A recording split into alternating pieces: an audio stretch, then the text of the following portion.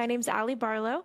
Today, we are going to talk about the new film in the Angel Guild, Surprised by Oxford. If you're not an Angel Guild member, you can join at angel.com/Oxford Live to be able to view that movie right now. We're also going to chat with the writer and director of the film, Ryan Whitaker, and the star of the film, Rose Reed. But before I bring them in, I want to make sure you have all seen the trailer. So we're going to go ahead and watch that right now. I was going to Oxford, England for my postgraduate studies. I landed on the Romantic Writers, known for their poetic feeling and longing for the infinite. Do you know where Tyrion College is? No. But you throw a rock round here and you're at a college. The University of Oxford is not one college. It's made up of 38 self-governing colleges and 6 private halls. First time in the UK? What gave it away? The stars in your eyes. Ladies and gentlemen, it is my great pleasure as Vice-Chancellor to admit you as members of the University of Oxford. It is a rare and coveted privilege. So do make the very most of your time here.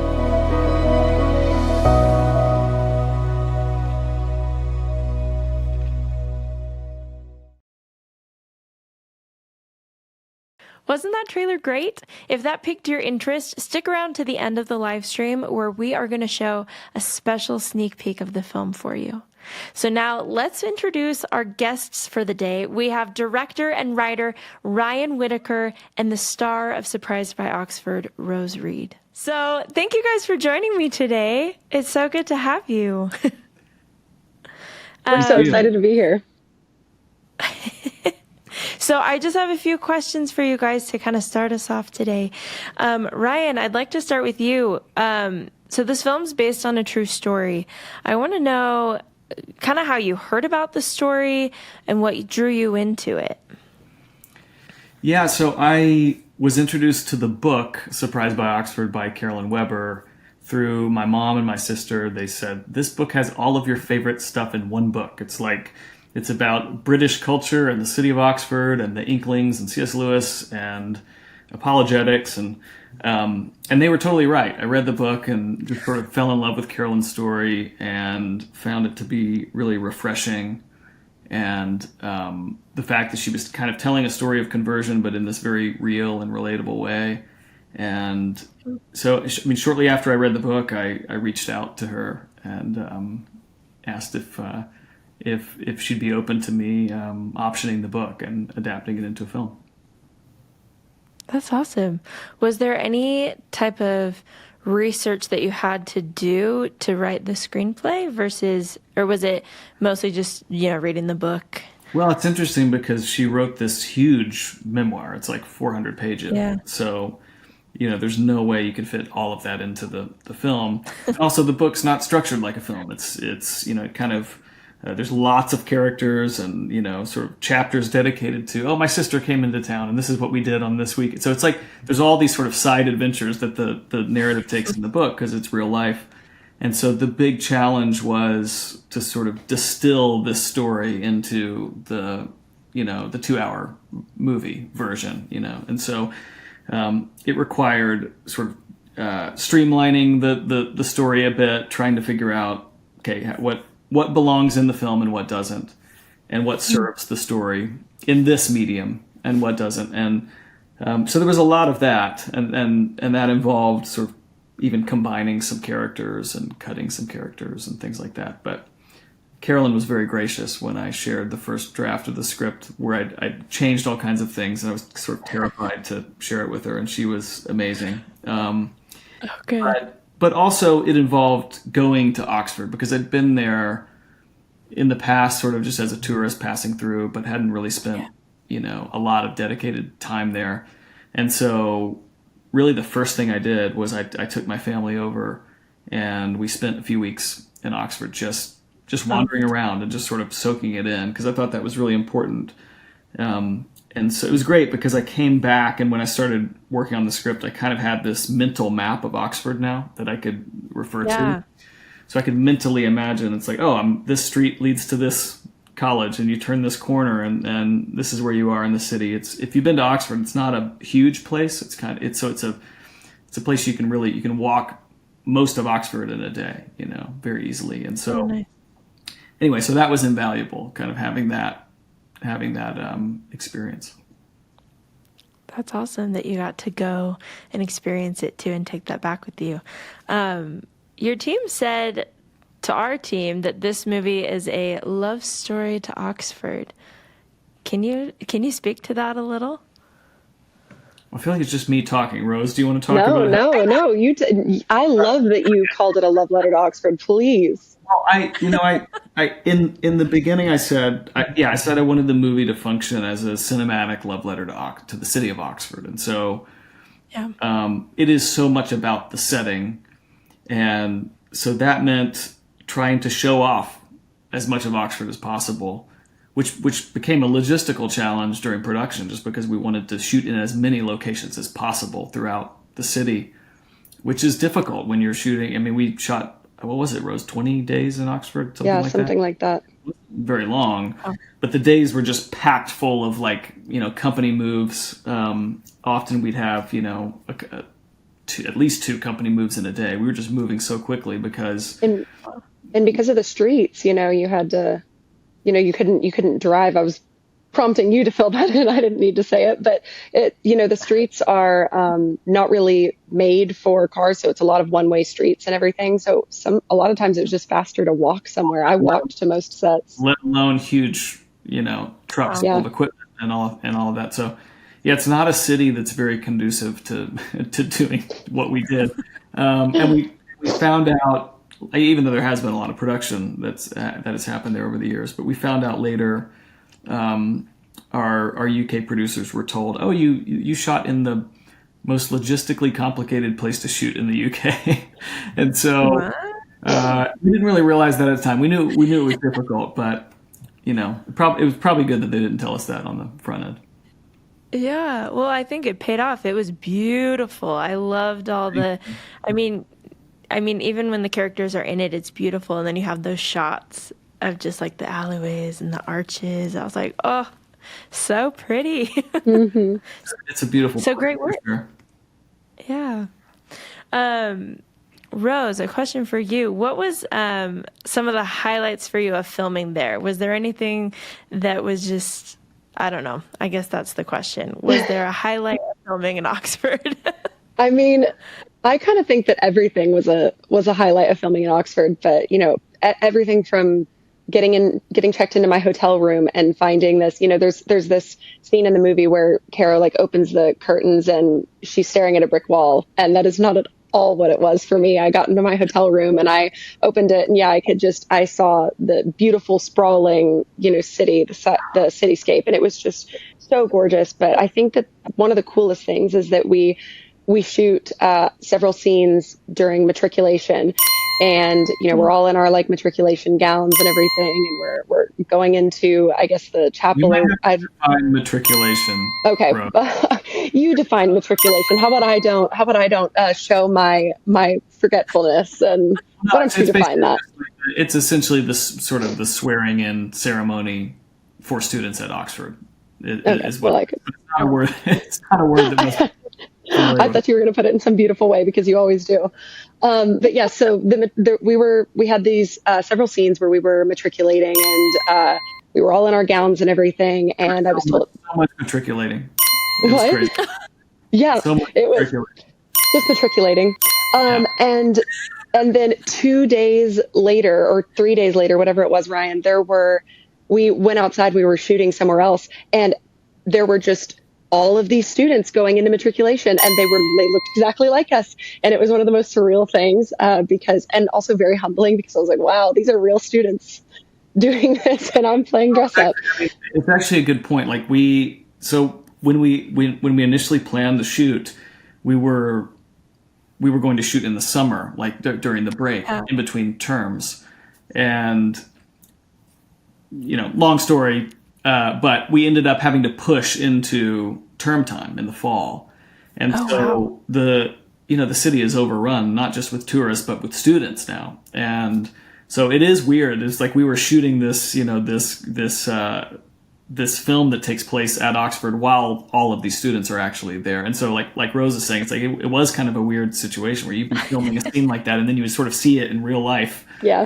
And you were interacting with the students too. I don't remember, there was a bar that a lot of the crew and the cast like to go to on off days and things like that. And it was a college bar, and you would go in there and you were in there with all of the college students who were, actual students at Oxford. And everybody was like, hey, what are you here studying? Are you a tourist? And we were like, nope, we're playing dress up, pretending to be you guys. So that was uncomfy. That's kind of fun, though. I mean, those students probably will remember that forever. Like, when I was in term, there was someone there filming. And I think cool. we used quite a few of them as extras. Did you? That's cool. Yeah, I'm sure we did. Probably a lot in the Alice in Wonderland Ball, and probably the Matriculation. Oh, and yeah, Matriculation again. We're just gonna see how many times we can say Matriculation. Yeah. In this conversation. We'll just It's have a them miracle put I it remembered the over- word. I'm impressed. That's so awesome. So, okay, well, watching this film, I was drawn to how believable this relationship was between the main characters, Caro and Kent. In a lot of romance films, you can kind of tell the chemistry is like, we are having chemistry now. You know what I mean? And I feel like you guys did a really good job of kind of developing that. And I'm wondering, how do you develop a believable like chemistry between actors? Like, what's that process like? Well, I think this is, and I mean, Ryan can definitely speak to this too, because, as a director, he has to pick actors that have chemistry together. But I think that part of it is just inborn. Either you have chemistry with someone or you don't, and that doesn't mean that you're necessarily like attracted to them or anything like that. It's just you look together on screen, or look good together on screen. You behave, your mannerisms match each other, whatever that is.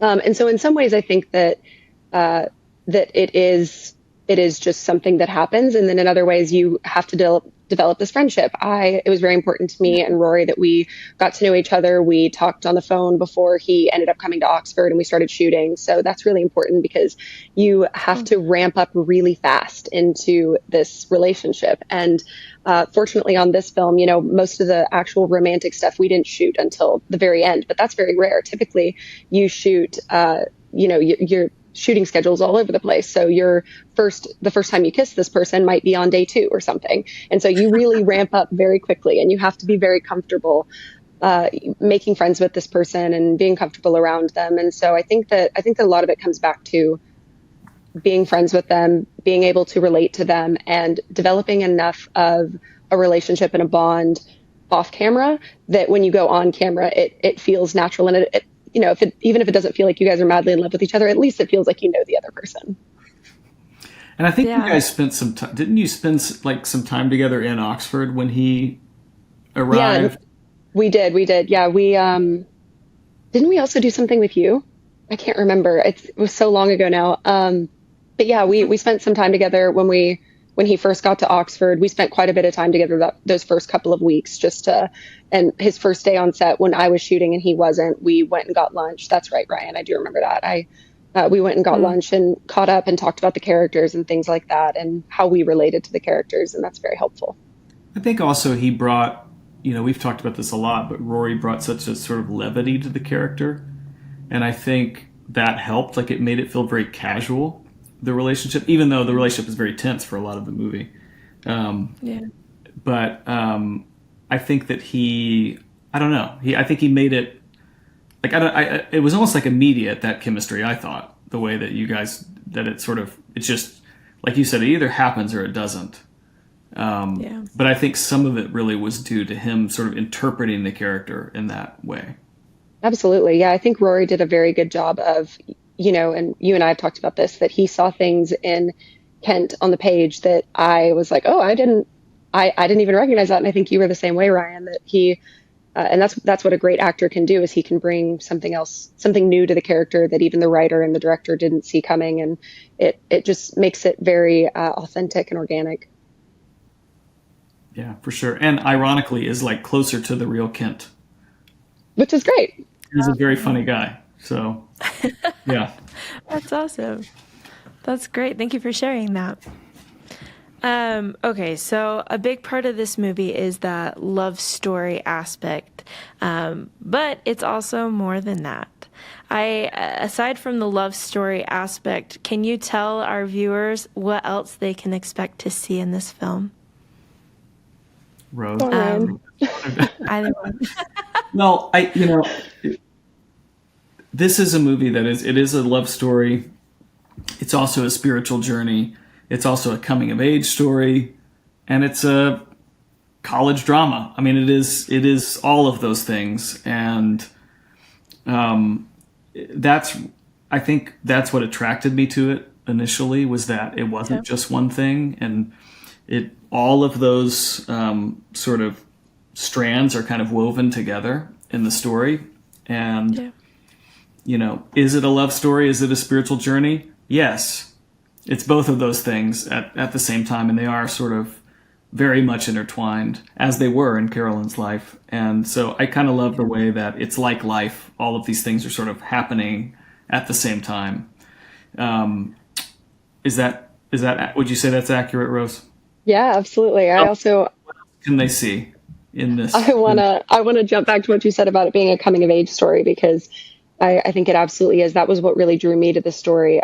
Beyond Ryan's incredible writing that made these very heavy topics of faith and things like that into something that was very relatable and understandable and felt very authentic. But as Ryan said, it's also a coming of age story, and that's why I really loved it, because Caro is going from this very closed off person to someone capable of opening herself up and trusting people again. And I think that for me, that was particularly impactful. I loved Caro's story. I almost said Carolyn's story, but I loved Carolyn's story. And I loved how she wasn't a normal, I don't know, she felt different to me than a lot of heroines.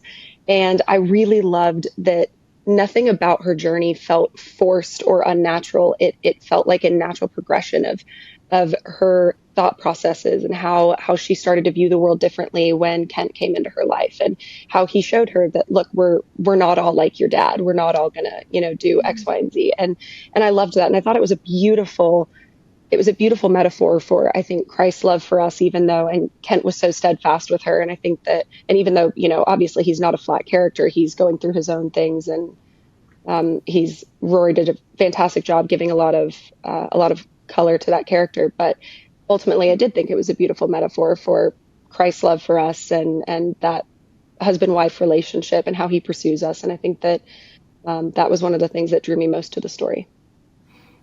And you'll see quippy conversations about chastity, which is something that you don't see in most movies. Super uncomfortable. When I first read that, I was like, oh, interesting. But it ended up being great, and another prop to Rory, because he really made that funny. He sells it. Yeah. Yeah, I loved that. I was like, oh, we're going there, but it was like that fun, relatable kind of banter between you two. I liked that. That was fun. Also, there's matriculation in this movie. Yes, if anybody's curious. And I get to wear a matriculation gown. Yes. Lots of I feel like we need to put like a screen grab here of that. Yeah. Micah, make that happen. Just kidding. So I have one more question for you guys. Maybe Ryan, we can have you start. But why the title Surprised by Oxford? So the title Surprised by Oxford is a very conscious nod to C.S. Lewis's book Surprised by Joy, which is kind of the closest thing that he wrote to an autobiography. It's sort of like an autobiography of his spiritual journey. And it was an incredibly important book for Carolyn, sort of in her journey, discovering that book. And so the title is a nod to Surprised by Joy. I love that. Watch the movie, guys, and you'll know what we're talking about. Spoiler alert. I should have said that, Okay, so with every film or series the Angel Studios puts out, they have to pass the Angel Guild, and with that, we allow the guild members to leave comments on the movies. So I want to read a couple of those to you guys. So the guild members said, the struggle towards faith, friendship, leading to love. What's not to love? Plus, it's well acted. So good job, Rose. Thank God. And then this one says, as a reader of C.S. Lewis, I highly approve of this story. That's high praise. Said, I like that. I know. This project and adaptation really drew me into it. The acting, the script, and the story are phenomenal. One says, I enjoyed this movie. It was brilliant and charming. I agree with that. I agree with all of these. I don't know why I decided to only say it after that one. I agree with all of them. Someone said, very good. I love how the question was asked and left for the audience to solve. Seek truth and you will find it. Well done. Nice. Ironically, this is kind of my own life story too. I also attended college on a full scholarship attached to an idea of success that was not from passion, but diligence, and instead found my soulmate in a deeper relationship with God. Wow. Wow. I know. I think that's cool that someone relates like that. Yeah, that's amazing. Yeah. It seems like, yeah, kind of that coming of age, finding their relationship with God. Oh wow. That's well, really I cool. hope we did that person's story justice as well then. I know you have to let us know if you're watching. Okay. And then the last one I have here, it says marvelous. She reminds me so much of my daughter, who is 16 and sometimes talks about going to Oxford. We just watched it together and she loved it. Thank you for producing this. That's awesome. You guys, Oh, so I love I that. think you made a beautiful film, and it's cool to see like you're touching lives already with it. And so thank you for working so hard, and there's so much passion behind it, and the guild members really appreciate it as well. So We're so awesome. happy to have it with the guild members and to be with Angel on this. I think it's the perfect place for it. So we're so grateful. well, thank you guys so much for joining us today. This has been awesome to hear from you, to get a little inside view on this film. Ryan and Rose, is there anything, we'll start with Ryan, is there anything you'd like to say to the guild members, or anything you hope that they get from this film, or maybe why they should watch it? Well, I do hope they'll watch it. We put our hearts and souls into this, and it was a long journey, and still in some ways kind of surreal that it's out in the world. It's a project that we fought for, and a story that we believed in, and yeah, we hope it's moving and funny and all of the other things that you experience watching this film. We tried to make something that was a story about faith, but that is a little more grounded than some other movies out there, and it's one of the things that I found very refreshing about Carolyn's story. And then that it was a story that takes place in the real world, and that's what we tried to do in this film. And so come for the moving storyline and get the beauty of Oxford thrown in as well. I love that. Thank you, Ryan. Rose, I would anything? just say that this is still probably my favorite project that I've ever worked on. And it's not just because we got to shoot in Oxford, England. It's also because it was the most moving story I've ever been a part of. I loved Carolyn's journey. I loved Kent as a character. And I thought that Ryan did an incredible job directing. And of course, backdropped against Oxford, nothing can really be ugly. So I'm so proud of this project. I'm so grateful to have been a part of it. Like I said, it's my favorite that I've done. And I'm hoping that the guild members love it, and I hope that everybody on Angel loves it, and that they're able to see what we were hoping to get across to everyone with this story of faith and redemption and finding love. Awesome. Thank you guys so much. You did a wonderful job. Again, it was such a joy to have you. So good to meet you. For those of you watching with us, we are going to go ahead and show you a sneak peek of the film. Enjoy.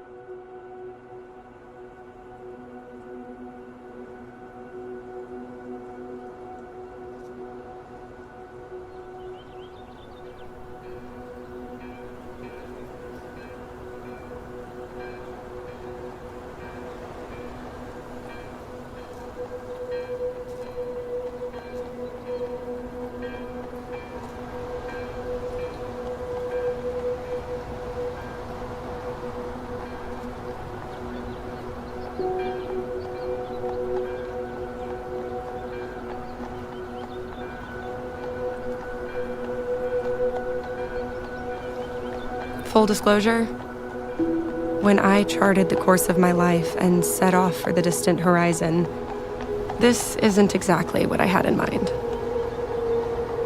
Aristotle had this idea that man is teleological.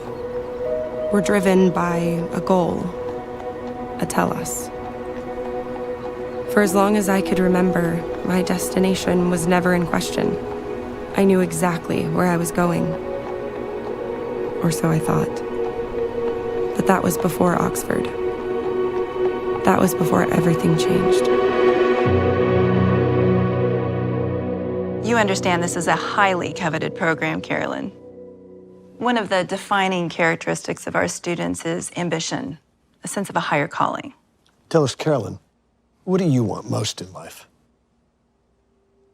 My teacher says the problem is unsolvable. Well, clearly she doesn't know who she's dealing with. But what if I can't do it? I don't know any other kid that read the Iliad at 7. 6. The Odyssey at 7. You've been given a gift, kiddo.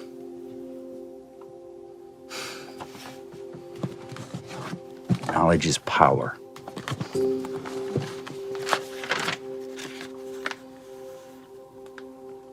Mark it out.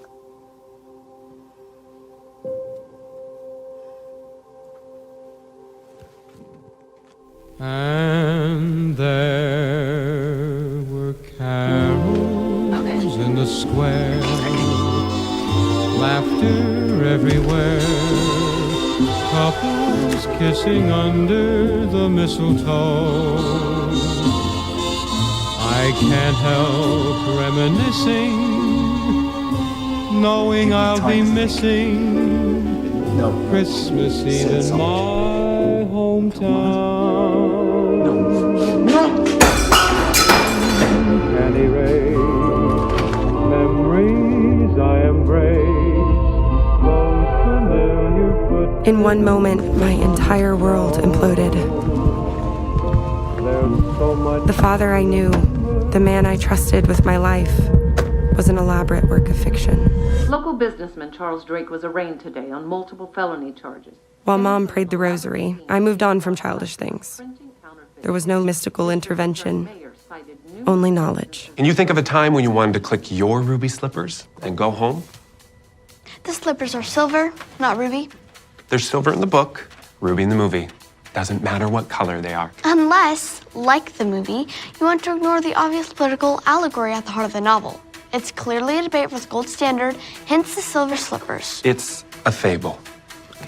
Fantasy. about politics in the early 20th century. That's enough. Thank you. But we're talking about the book. So if you asked me about my higher calling, what I wanted most in life, I could say with full confidence, A doctorate.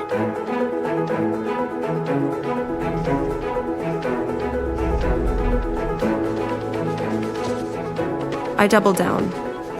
I was the consummate overachiever. I breezed through high school without breaking a sweat.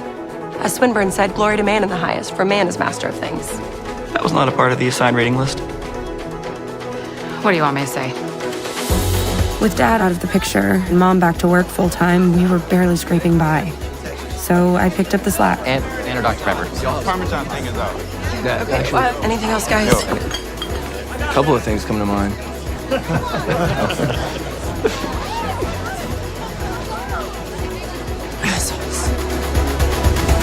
College came in the form of a full undergraduate scholarship, so long as I maintained straight A's in all courses every year for 4 years.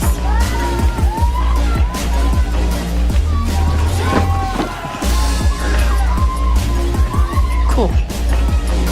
In short, Donne's Holy Sonnet 14 is a classic subversion by the dominant patriarchy, whether it be the church or the male construction of God, of the threat posed by maternal power or the feminine spiritus. Thank you. Impressive as usual. You presented a thoughtful analysis of the poem. But if I may be so bold, it struck me as a grand adventure in missing the point. Sorry, I'm confused. Donne is saying that anything without eternal significance is ultimately doomed to futility. The truth is in the paradox. Everything else is bullshit. Right. Kara, what I'm saying to you is that your purpose in life is to discern the real from the bullshit. Fortis est veritas. The truth is strong. Of course you know your Latin, you know many things. But he that increaseth knowledge increaseth sorrow. Am I right?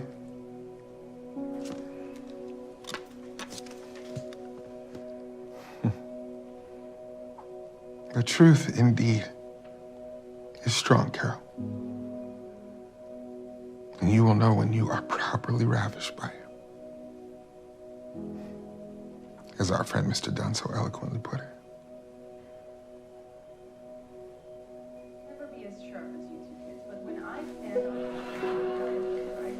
I see order, not chaos.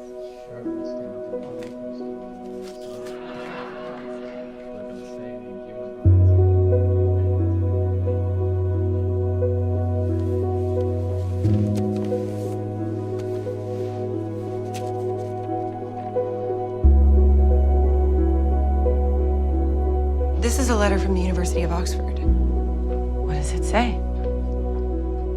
It says I want a scholarship. When did you apply for a scholarship? It was Dr. DeVoe's idea, but I thought it was a long shot. Emeritus scholarship awarded on the basis of outstanding academic merit? I need to think. A full ride to Oxford?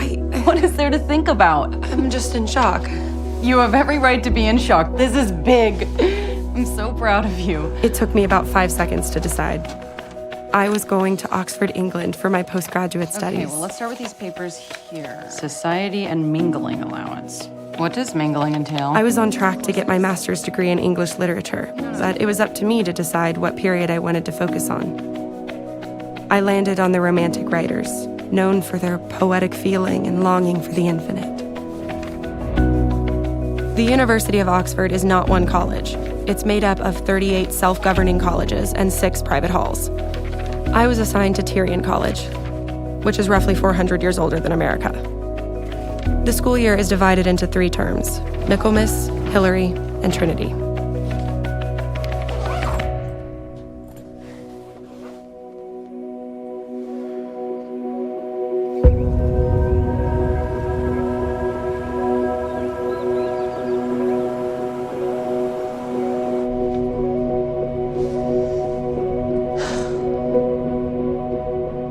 So I set off into the great unknown, sane and unhaunted, and driven by a singular desire.